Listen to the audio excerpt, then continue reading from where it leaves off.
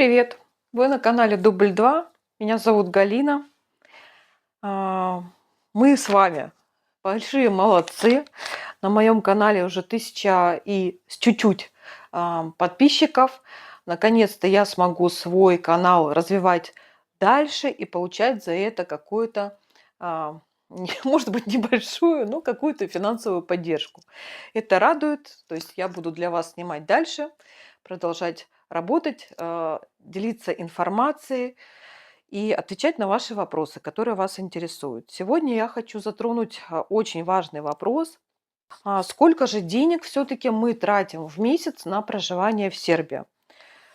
Конечно, это будет приблизительная цифра, потому что, естественно, там в зависимости от того, сколько человек, в каком городе вы живете, какая у вас ситуация, вы снимаете жилье или вы купили что-то свое. То есть я буду говорить, исходя из нашей жизни, сколько мы тратим, вот, а вы можете уже сами прикинуть, как это будет получаться у вас, исходя из вашей ситуации. Вот. Еще хочу напомнить о том, что периодически мы делаем совместные ролики с риэлтором, который работает здесь, в Сербии.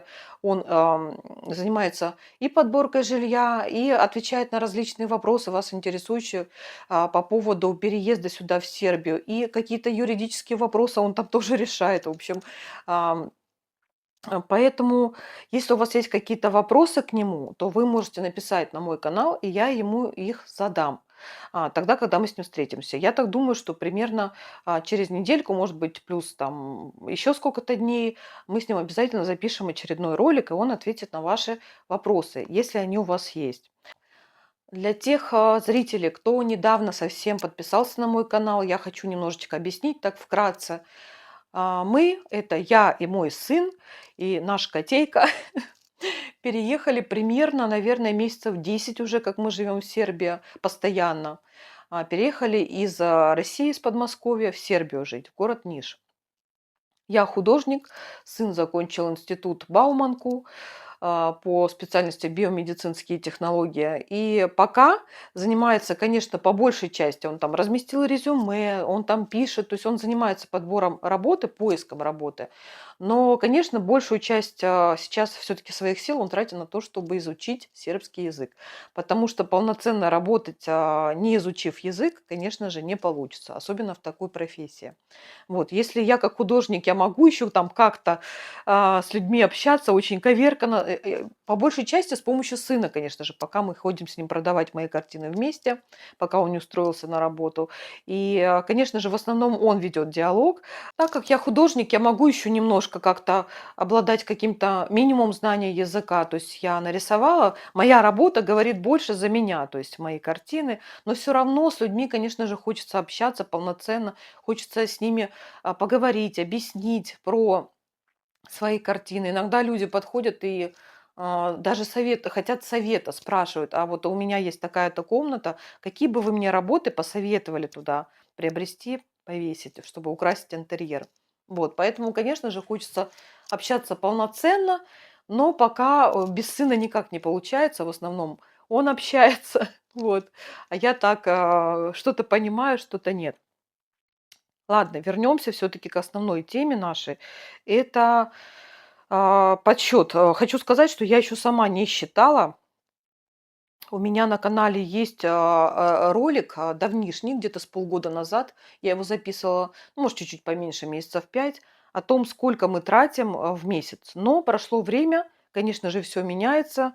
Было отопление, сейчас нет отопления. То есть, в принципе, эта цифра, конечно же, не будет прям постоянной. Но все-таки интересно прикинуть хотя бы примерно. Давайте вернемся к подсчету. Значит, основное, самое первое, это квартплата. Вот у меня 2 счета. Чай с ромашкой. Обожаю травяные чаи, которых в Сербии очень много. Вот они у меня стоят, не знаю, видно на камеру, нет? Всякие разные. Брусника, зеленый чай. Это что у меня? Душица, мята, ромашка. В общем, обожаю просто чаи различные такие травяные. Поэтому вообще в Сербии чай продается черный, но если бы даже его не было, мне кажется, я бы не очень сильно страдала, потому что я очень люблю травяные чаи. А в Сербии травяных чаев на самом деле очень-очень много, большой выбор. Так, я все время отвлекаюсь, вы уж меня извините. Начнем. Значит, квартплата. Квартплата. Это у меня, давайте с квартплаты, это электричество. Квартплата. У нас сейчас май. Это счет за апрель. Значит, здесь у нас 9300. Но я уже как-то говорила в одном из своих роликов, сейчас еще раз повторю, объясню, что это сумма не та, которую мы платим каждый месяц. Сюда включена квартплата наша, каждый месяц, который мы оплачиваем, и плюс еще расходы, которые мы же сами решили на собрании на общедомовом понести эти расходы для того, чтобы облагородить нашу территорию, наш дом. Это касается по периметру, по всему дому мы хотим повесить камеры, часть уже повесили, в общем, сейчас этим уже занимаются. Также облагородить территорию, также освещение, то есть сделали светильнички такие точечные тоже у нас здесь, вот там, где камера, и плюс еще светильничек, чтобы камера не темноту снимала, а было видно. Вот. В общем, хотят сделать еще шлагбаум, по-сербски это рампа, установить на въезд сюда, на парковку возле дома. В общем, различные такие вот для облагораживания. И эта сумма, которая делится, естественно, на все квартиры, у нас их 16, она внесена сюда в счет. То есть она не будет, естественно, каждый месяц. Вот. А та сумма за квартплату, которая каждый месяц, это 4500. По приезду сюда, конечно, с лета, когда мы приехали в июле, сумма была меньше. Произошло подорожание квартплаты. Сначала она начиналась, по-моему, что-то там от 3000, по-моему, с 3000 она началась, когда мы приехали. И добавлялась. Сначала там вывоз мусора, потом еще что-то подорожало. И, в общем, теперь она 4500. В квартплату входит вода, вывоз мусора, лифт, уборка дома, антенна, канализация. В общем, получается, что в квартплату вот эти 4500 входит практически все. То есть у нас приходят всего лишь два счета. Это квартплата и это электричество отдельно. Вот. То есть в квартплату входит вот все, что может быть по дому. То есть отдельные счета, там, например, за вывоз мусора, еще за что-то у нас не приходят. Это все включено в квартплату. 4500, как я сказала. Вот. Я так это по, по старинке буду писать, вы уж извините меня. Вот просто мне неудобно, у меня здесь вообще по статьям наши расходы, а сумму я посчитаю отдельно потом. Поэтому я так карандашиком по старинке. 4500 записали. Дальше у нас идет электричество. Электричество, которое включает электричество полностью. То есть все, что в нашей квартире электричество, это входит в этот счет. То есть это свет, это подогрев воды, у нас везде бойлеры и на кухне, и в ванной. Это отопление, так как у нас отопление электрическое. То есть все получается, входит вот сюда. Скажу сразу, что здесь получается счет без отопления, потому как в апреле месяце, конечно же, мы уже не топили квартиру. У нас, по-моему, за апрель месяц один раз только включился котел наш электрический ночью. Да, по-моему, один раз, и буквально он поработал, вот, ну, может быть, каких-то полчаса. То есть только один день у нас в апреле температура опустилась ниже 23 градусов в квартире ночью, и тогда он чуть-чуть подтопил. То есть он догнал до 23, и все. У нас выставлен такой режим, я уже рассказывала про наше отопление, что на котле мы можем выставить, сколько нам нужна температура, чтобы он поддерживал, и включается он только к вечеру, с 11 часов вечера, тогда, когда начинается дешевый тариф. Но это, конечно же, сейчас только. Когда было холодно, когда была зима, он топил и днем, и ночью. Когда-то отключался, то он догоняет до определенной температуры, который ему задаешь в квартире, и отключается сам. Такой режим у него выставлен. Это очень удобно. Я помню, когда мы жили в России, у нас была в новостройке квартира, и там было неимоверно жарко. Ну просто вот, ну невозможно находиться. Я просыпалась среди ночи, мокрая вся, и открывала окно, потому что зимой, когда на улице мороз, дышать в квартире было нечем. У нас была примерно такого же, да, кстати, у нас была такого же размера квартира, как это называется, евродвушка, вот, и в ней невозможно было зимой находиться. Я даже обращалась в компанию, которая занимается отоплением. Конечно же, счета нам приходили неимоверные, там что-то было. Ладно, давайте так, я не буду врать сейчас, не помню просто эту цифру, но я помню, что было дорого. И я говорила, что зачем вы это делаете? Ну, дышать невозможно в квартире. Конечно же, мне сказали, что это у вас так в квартире. В других квартирах, там же не сравнить тот дом с этим. Здесь всего лишь 16 квартир, а там огромный был дом, 16 этажей, таким он поворотом был. В общем, там подъездов, наверное, 8, если не больше. Здесь один подъезд всего лишь, 4 этажа. Поэтому, конечно, количество людей невозможно сравнить с этим домом.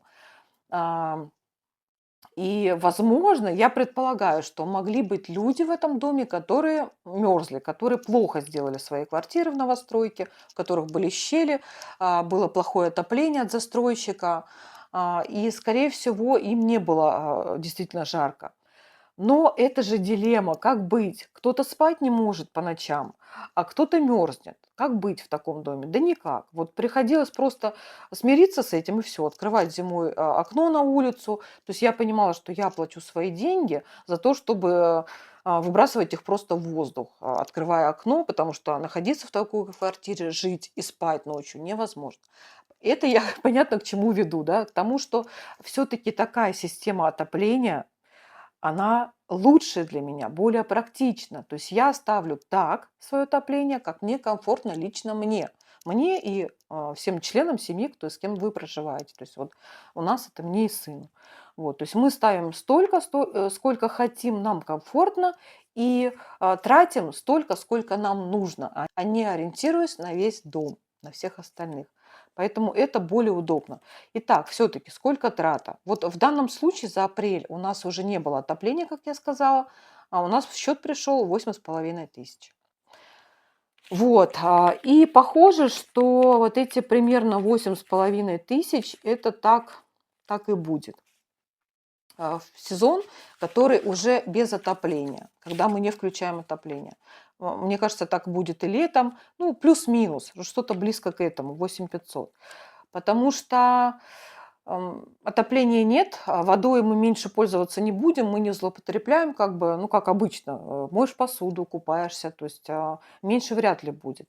И электричеством, вот даже вот эти 8500 я очень часто пользуюсь вечером, чтобы приготовить еду. То есть не тогда, когда мне захотелось, а чаще всего вечером. Ну, иногда днем, когда нужно, но чаще всего я это делаю уже в дешевый тариф, то есть с 11 часов вечера. То есть все-таки я так думаю, что эту циферку можно прям зафиксировать. 8500 это без отопления. Когда у нас было отопление, я сейчас углубляться в это не буду, но вы можете на моем канале посмотреть, сколько мы платим за отопление, ролики. Как-то назывался ролик, по-моему, про отопление или сколько мы тратим за отопление. В общем, как-то так. Можете полистать и посмотреть. То есть у меня уже такая информация была про отопление зимой, сколько мы заплатили, какие там ошибки были допущены, мы ходили разбираться. То есть однажды нам прислали очень большой счет, и оказалось, что да, это ошибка меньше, но ну, не намного прям меньше. То есть как бы счета достаточно большие. Но топились мы 3 месяца. Ну, если там брать, например, может быть, еще половина и половина, ну пусть будет, если совсем уж честно, ну, наверное, где-то ближе к 4, пусть будет 4 месяца. То есть такие циферки у нас были примерно 3-4 месяца большие. Без отопления еще раз 8500 у нас электричество выходит. Так, это со счетами. Дальше связь. Мы пользуемся в Сербии связью ETEL, называется. У сына стоит симка и у меня симка. У сына уже постпейд, а у меня припейд. То есть что такое припейд? Это когда вы оплачиваете деньги, чтобы пользоваться связью до месяца, который вы будете пользоваться. А постпейд это уже позже, когда вы уже попользовались, и после этого месяца вы платили. Вот, просто мою симку мы приобрели еще, когда только приехали, и пока мне не нужно ее менять, я не хочу менять номер, у меня уже много чего завязано на этот номер, поэтому я оставила себе prepaid, и мы уже приобрели симку постпейд постоянную. Вот, значит, стоимость. А, У меня связь стоит 2000, у сына стоит 3000.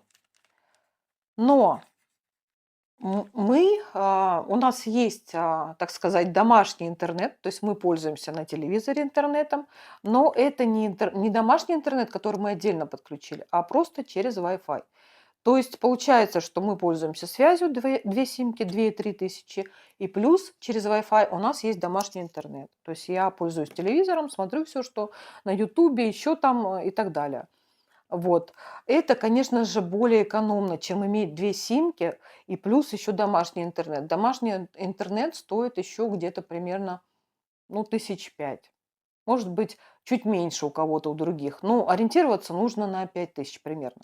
Мы решили не транжирить так сильно и решили сэкономить, поэтому бывают иногда какие-то сбои, Wi-Fi что-то там отказывается иногда работать. То есть такие моменты бывают, но а, это лечится, его можно просто выдернуть, включить заново, и не так часто. То есть, в принципе, это того стоит, чтобы сэкономить 5000, пользоваться через Wi-Fi, это того стоит. Вот, в общем, связь мы зафиксировали 5000. Дальше. Сейчас попью.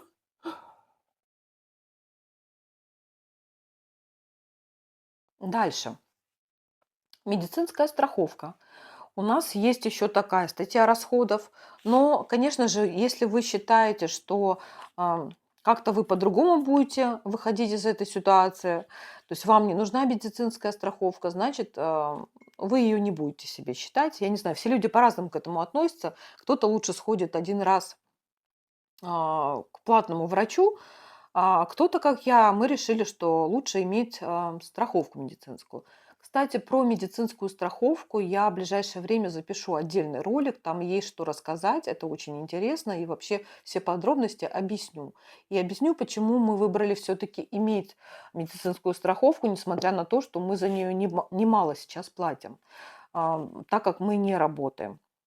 Если бы вы работали, например, в Сербии официально, тогда за вас оплачивает медицинскую страховку работодатель. Так как мы официально не работаем, мы ее платим из своего кармана. В общем, стоит она. И еще сразу скажу, что нам дороговато, потому что мы платим за двоих. Если вы муж и жена, и дети у вас до 18 лет, то вы такую страховку на всю семью покупаете одну всего лишь. Но так как у меня сын взрослый, вот, мужа у меня нет, и поэтому мы платим за двоих. А сейчас, когда мы ее сделали, медицинскую страховку, это было где-то примерно полгода назад, она стоила 4 с копейками, 4300, что такое. Сейчас она стоит 5, 5300 или 5500. Точно, вы уж извините, точно не скажу, потому что здесь такая же система работает, как и у связи. То есть есть постпейд, а есть припейд. Первые 3 месяца за медицинскую страховку вы оплачиваете вперед, а дальше начинается постпейд. То есть вы пользуетесь 3 месяца медицинской страховкой, а потом вам через этих 3 месяца, по истечении 3 месяцев, выставляют счет за эти 3 месяца. Поэтому я точно не могу сейчас сказать, не помню просто эту цифру, 5300 или 5500. То есть мы ее еще не оплачивали, когда она подорожала. Ну, давайте посчитаем, пусть будет 5500. Мы тратим на двоих.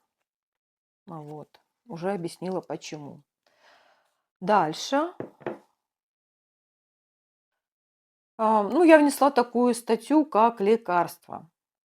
Все равно мы что-то покупаем. Все люди болеют по-разному. У кого-то есть какие-то постоянные вливания лекарств. То есть, я имею в виду трата денег на какие-то лекарства. Может быть, у людей есть какие-то там заболевания, которые постоянно нужно пить лекарства. Может быть, кто-то не болеет вообще. Может быть, кто-то редко болеет только там раз в год, какой-то вирус там. Вот, поэтому, конечно же, эта статья может быть очень-очень разной. Но в Сербии, как я уже объясняла, у меня тоже на канале есть про медицину в Сербии. Посмотрите, пожалуйста, это интересно будет для вас тоже познавательно. В Сербии стоит лекарство, я бы не сказала, что дороже в России. Пересчет на рубли м, не дороже.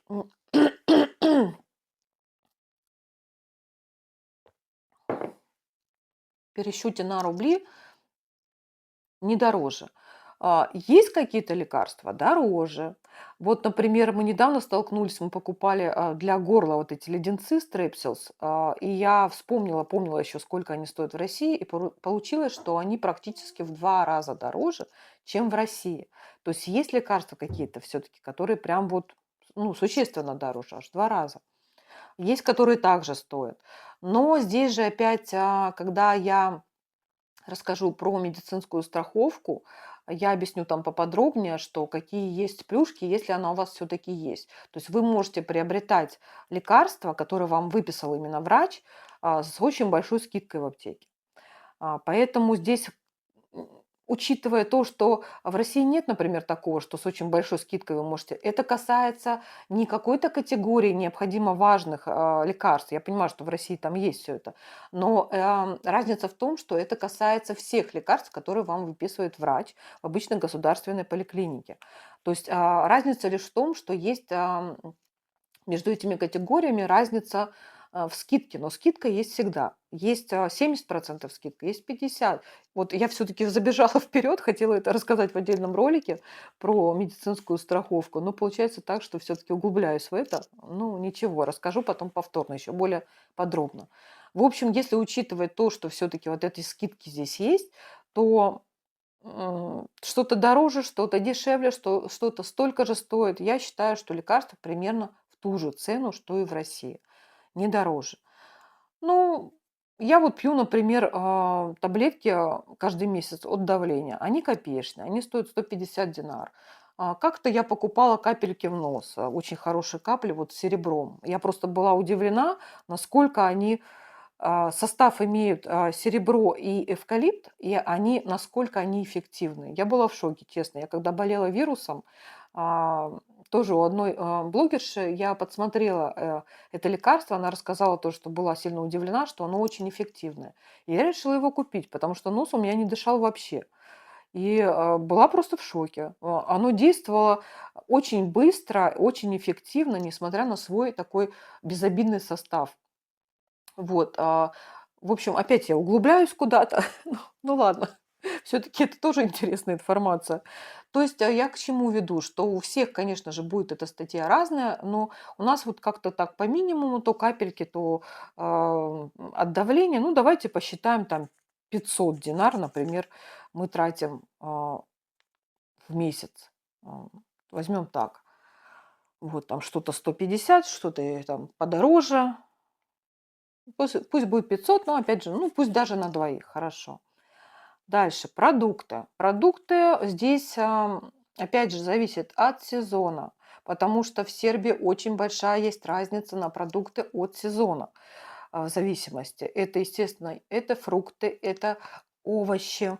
В сезон они могут стоить очень дешево, и вне сезон те же помидоры были зимой там по 300, по 400 динар. Конечно, мы их не брали, потому что, во-первых, они тепличные, во-вторых, это очень дорого, а в сезон они могут стоить 80 динар, например, хорошие помидоры, вкусные. И поэтому, конечно же, мы используем сезон для того, чтобы получить все витамины и дешево. Вот, а яйца стоят от сезона в зависимости тоже, и либо вообще очень дорого, либо в 2 раза могут стоить дешевле. Ну, скажем так, мясо я не замечала, чтобы от сезона зависело.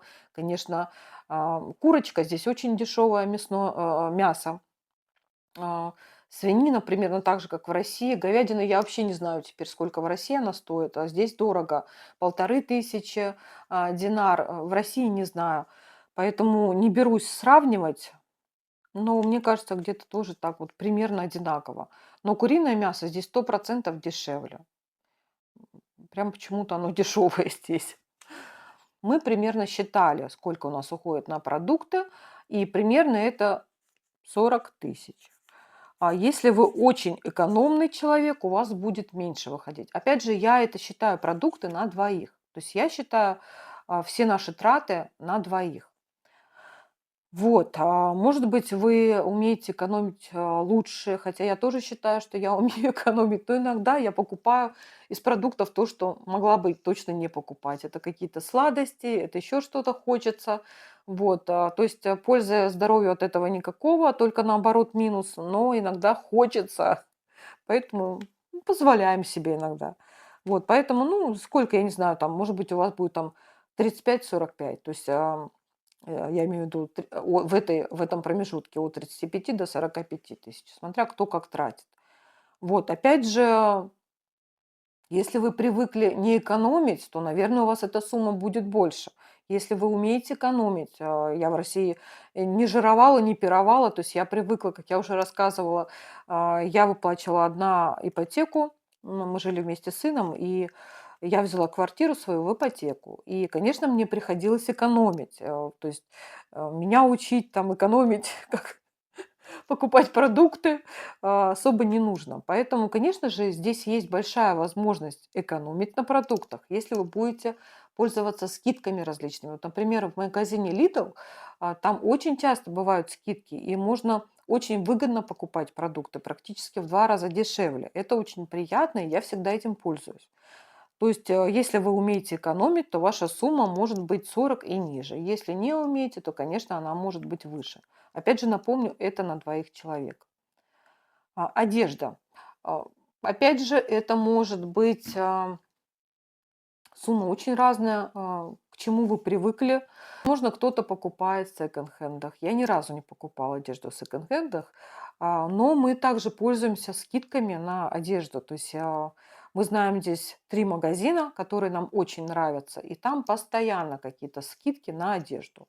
Вот, в моих роликах предыдущих тоже есть рассказ об этих магазинах, и вы можете их посмотреть и убедиться, что действительно цены там совсем невысокие, если покупать именно по скидке. Эти скидки там происходят постоянно. То есть это не то, чтобы один день, там раз в год что-то там, скидки, там толпа. Нет, там они есть практически всегда, просто есть на разные, то на брюки, то на джинсы, то на там футболки, то на кофты, то на обувь, то есть вот по категориям. Но они есть всегда, эти скидки.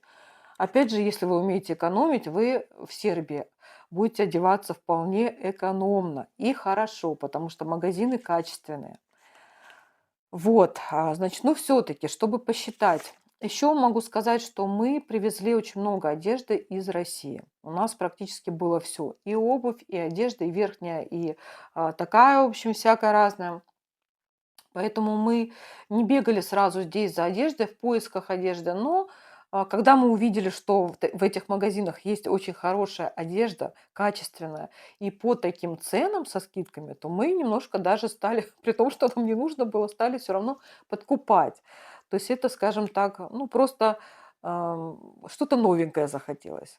Вот. Если вы не везете с собой множество вещей, то вы сможете и здесь одеться за вполне разумные деньги. То есть если пользоваться вот этими распродажами хороших вещей, это новые, абсолютно хорошие брендовые вещи, но на них бывают очень часто распродажи, то вы здесь можете одеться очень-очень хорошо и недорого. Ну вот я решила так посчитать, что мы за это время здесь вообще купили, разделить на 9 месяцев. Из одежды я имею в виду.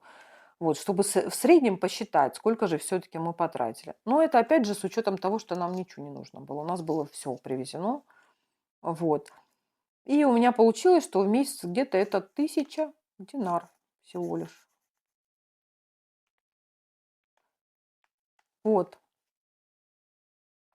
Есть еще небольшие расходы, например, такой как ежегодный налог на нашу квартиру. М, Если разделить, опять же, на 12 месяцев, так как он ежегодный, там получится порядка около 1000, там 800, я не знаю, там динар. Ну, давайте посчитаем 1000, ну пусть будет так приблизительно. 1000. У вас, конечно, может и не быть этого расхода, поэтому это очень индивидуально. Я считаю только за наши расходы, исходя из нашей ситуации, как живем здесь в Сербии мы, в каких условиях. Вот, если у вас вы будете снимать жилье, то, конечно, ваша сумма будет другой. Итак, вроде бы все записали. Теперь давайте посчитаем. Электричество 8500 плюс квартплата 4500 плюс связь 5000 плюс страховка медицинская 5500 на двоих. У нас 11 тысяч в месяц получается. Но опять же напоминаю, цифра, конечно, меня каждый раз жаба душит. Вот, но я запишу ролик отдельно, где я объясню, почему я все-таки считаю, что нужно ее делать. Вот. И опять же, это потому, что мы не работаем официально. Если вы работаете, вы получаете ее бесплатно. Дальше. 40 тысяч продукты. 40 тысяч продукты. 1000, что у нас 1000? 1000 лекарства, по-моему, я посчитала. 1000 лекарства на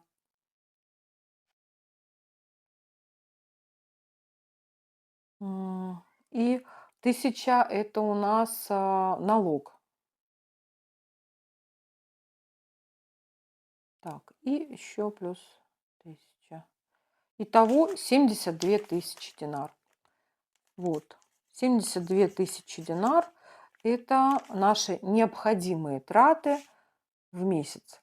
Они могут быть не прям каждый месяц отдал, вот как, например, страховка медицинская раз в 3 месяца, налог ежегодный, да, то есть тоже я посчитала, но это все равно ежемесячная плата получается. 72 тысячи динар, там минус 20%, вот считайте на рубли, сколько получится. Вот, так что таков итог. Вот в данном случае мы тратим 72 тысячи динар.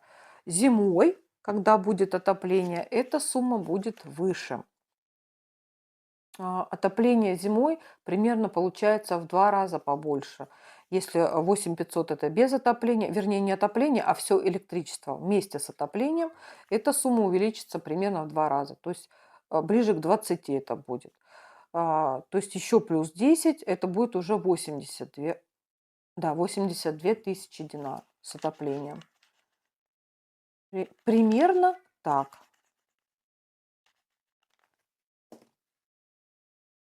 Вот все, что я хотела рассказать, поделиться с вами такой информацией. А, Считайте, дорого это или недорого, сравнивайте со стоимостью, с вашими тратами в России и сделайте какие-то свои выводы, напишите мне, пожалуйста, потому что это очень интересно, потому что это отличается не только даже, как люди привыкли жить, кто-то больше тратит, кто-то меньше, а по регионам тоже интересно мне узнать, где же все-таки будет дешевле, где будет дороже. Даже в Сербии, мы живем в городе Ниш, но я знаю точно, что у нас подешевле те же самые продукты и одежда, например, в сравнении с Белградом. В Белграде наверняка это будет сумма больше. Вот. Так что 72 тысячи, еще раз напомню, это без отопления, и 82 тысячи это с отоплением. Всем пока, надеюсь, вам было интересно и полезна моя информация. Не забывайте подписываться на мой канал, это очень важно для того, чтобы мой канал дальше мог развиваться. Всем пока!